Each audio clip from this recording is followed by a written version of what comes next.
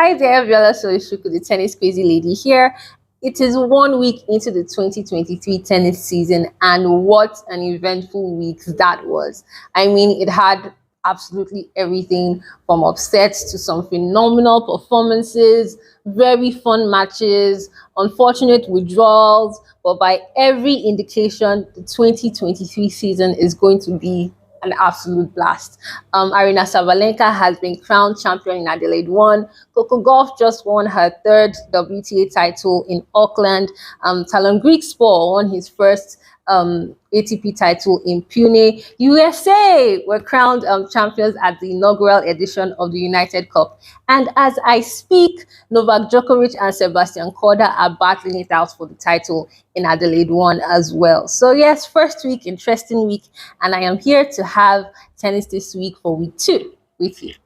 So let's get into it for week 2 in the WTA. Adelaide International 2 and Hobart International, both from the 9th to 14th of January, will be happening this week.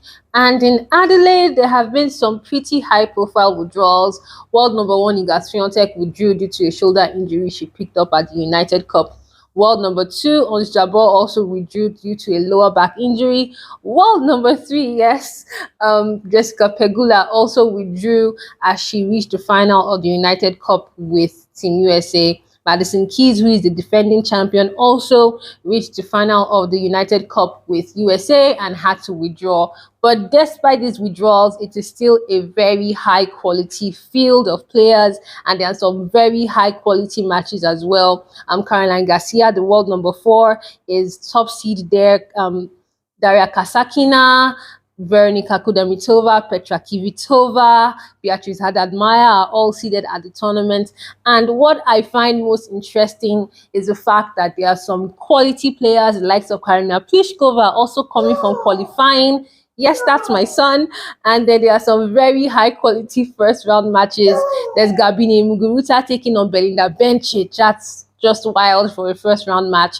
There is Petra Kvitova taking on Elena Rybakina. There's Anet Kontavic versus Paula Badoza. Veronika Kudermetova taking on Victoria Azarenka as well. So that is, yes, he's contributing to the show. An absolutely packed tournament in Adelaide. And yeah, it's going to be mind-blowing over there, and I think it can swing anyway because of the number of quality players there are right there. Hobart International returns to the WTA for the first time since 2020 due to COVID-19, and Elena Rybakina, who won the tournament the last time it held, will be playing in Adelaide instead this year, so she'll be missing out. But world number 24, Marie Buskova, is top seed over there, and the likes of Sloane Stephens, Alize Cornet, and Ellis Mertens are also seeded as well. 2020 Australian Open champion Sophia Kenin is in the tournament as a wild card, so she'll be playing there also. I think this is relatively tricky, but it's bound to be exciting there also. So over to the ATP, there are 2 tournaments happening this week as well, the Adelaide International 2 and the ASB Classic in Auckland. In Adelaide, world number 8, Andrei Rublev is top seed, and also seeded are Roberto Bautista Agut, Dan Evans, Karen Khachanov as well, and Pablo Carreño Busta. So that's also relatively packed. The defending champion there is a wild card also this year, that's Thanasi Kokinakis. And in the first round, as he looks to defend his title, he'll be facing fellow Australian Alexei Popyrin. So yeah, that should be a pretty fun one for the home fans. Another match that I am looking forward to in the first round of that tournament is Brandon Nakashima versus Alejandro Davidovich Fokina. I think that's going to be fun, and generally I think Adelaide should be quite interesting as well. The ASB Classic in Auckland is one of those tournaments returning for the first time since 2020 due to COVID-19, and world number 3, Casper Ruud, is seeded first in that tournament.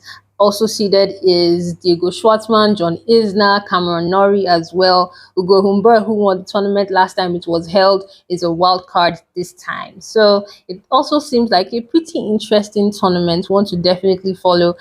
Interestingly, something else happening this week is Australian Open qualifying. That just tells us that we are gearing up to the first Grand Slam of the year, the Australian Open. And that will definitely be the talk for next week's episode. And for now, It is bye bye from the tennis crazy lady. This has been Tennis This Week. See ya.